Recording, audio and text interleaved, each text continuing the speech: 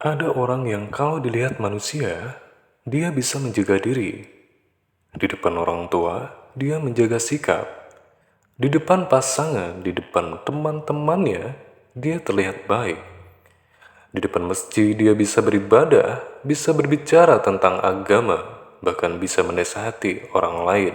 Tetapi, ketika pintu ditutup dan tidak ada seorang pun yang melihatnya, seketika semua itu berubah.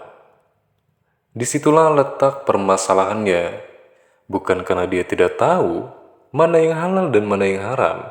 Terkadang, dia justru malah lebih tahu betul bahwa yang sedang dilakukannya itu adalah dosa. Hanya saja, selama tidak ada manusia yang melihatnya, dia merasa aman.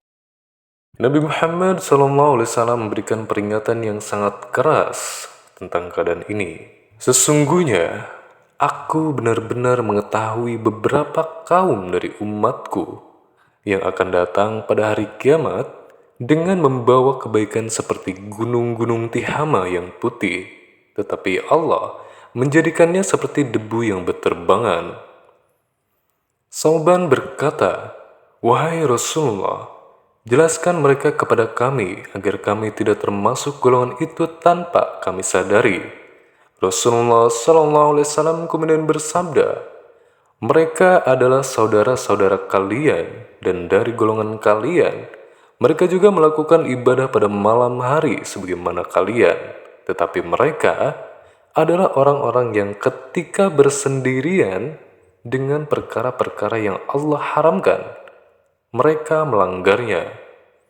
Hadis ini diriwayatkan dalam Sunan Ibnu Majah nomor 4245 dan dinilai hasan dalam salah satu penilaian yang tercantum pada sumber hadis tersebut. Sejumlah ulama juga menilainya sahih. Coba kalian perhatikan kalimat akhir dari hadis ini. Ketika mereka bersendirian dengan perkara-perkara yang Allah haramkan, mereka melanggarnya. Ini bukan tentang orang yang tidak pernah berbuat dosa. Semua manusia bisa jatuh ke dalam dosa. Yang sedang diperingatkan adalah keadaan ketika seseorang merasa aman melakukan apa yang Allah haramkan hanya karena manusia lain tidak melihatnya. Di depan manusia dia menjaga citra.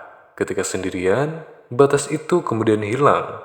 Dan justru, disitulah rasa takut kepada Allah seharusnya bekerja. Sebab, kalau seseorang hanya bisa meninggalkan maksiat ketika ada orang lain yang mengawasinya, lalu ketika tidak ada siapa-siapa, dia merasa bebas. Ada masalah yang lebih dalam daripada sekedar perbuatan itu sendiri. Dia sedang menempatkan pandangan manusia seolah lebih berat daripada pengawasan Allah Subhanahu wa Ta'ala. Padahal Al-Quran sendiri sudah mengatakannya dengan sangat jelas. Dan tinggalkanlah dosa yang terlihat dan yang tersembunyi. Sesungguhnya, orang-orang yang mengerjakan dosa kelak akan diberi balasan sesuai dengan apa yang telah mereka kerjakan. Perhatikan ayat ini. Allah tidak hanya menyebut dosa yang dilakukan secara terang-terangan, yang tersembunyi juga disebutkan di sana. Maka dari itu, jangan merasa dosa menjadi ringan hanya karena tidak ada manusia lain yang mengetahuinya. Kamu bisa saja menyembunyikannya dari keluarga, bisa dari teman, bisa dari pasangan. Mungkin tidak ada satupun manusia yang akan pernah mengetahui apa yang kamu lakukan. Tapi masalahnya bukan lagi siapa yang tahu. Masalahnya adalah kepada siapa kamu sedang bermaksiat. Kalau seseorang mencuri, lalu tidak ada satupun orang yang melihat, barang itu tetaplah dicuri dan sebagai curian. Kalau seseorang berzina, lalu tidak ada manusia lain yang mengetahuinya, perbuatan itu tetaplah sebagai zina. Larangan Allah tidak berubah hanya karena dia sedang sendirian atau disembunyikan. Yang berubah hanyalah pengawasan manusia. Padahal Allah berfirman, "Dan rahasiakanlah perkataanmu atau nyatakanlah. Sungguh, Dia Maha mengetahui segala isi hati." Apakah pantas Allah yang menciptakan itu tidak mengetahui? Dan Dia Maha halus, lagi Maha mengetahui. Kamu bisa saja menghapus jejak dari ponselmu, bisa menghapus riwayat, bisa mengunci pintu. dan bahkan bisa memastikan tidak ada seorang pun yang masuk dan melihatnya. Tetapi semua itu hanya membuat perbuatanmu hanya tersembunyi dari mata manusia, tidak dari Allah. Allah bahkan mengetahui apa yang dibisikkan oleh hati. Dan sungguh, kami telah menciptakan manusia dan mengetahui apa yang dibisikkan oleh hatinya, dan kami lebih dekat kepadanya daripada urat lehernya. Jadi, bayangkan ketika kamu sedang sendirian, tidak ada yang menegur, tidak ada yang tahu. Di sana, kamu punya kesempatan untuk melakukan dosa, dan tidak ada manusia yang akan melihatnya. Tapi kamu justru memilih untuk berhenti. Kenapa? Karena kamu sendiri juga sadar bisa melakukan sesuatu bukan berarti kamu boleh melakukan. Allah tetap mengetahui atas apa yang kamu pilih meskipun tidak ada manusia yang melihatnya di sana. Disitulah ketakwaan terlihat ketika kamu tetap meninggalkan yang haram padahal kamu punya kesempatan untuk melakukannya.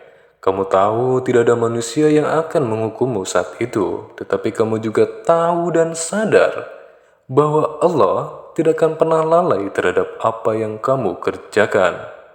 Dan Dia bersama kamu di mana saja kamu berada, dan Allah Maha melihat apa yang kamu kerjakan. Jadi, kalau hari ini ada dosa yang hanya kamu lakukan ketika sendirian, jangan merasa aman karena tidak ada seorang pun yang tahu. Itu bukan berarti Allah memberimu ruang untuk terus melakukannya.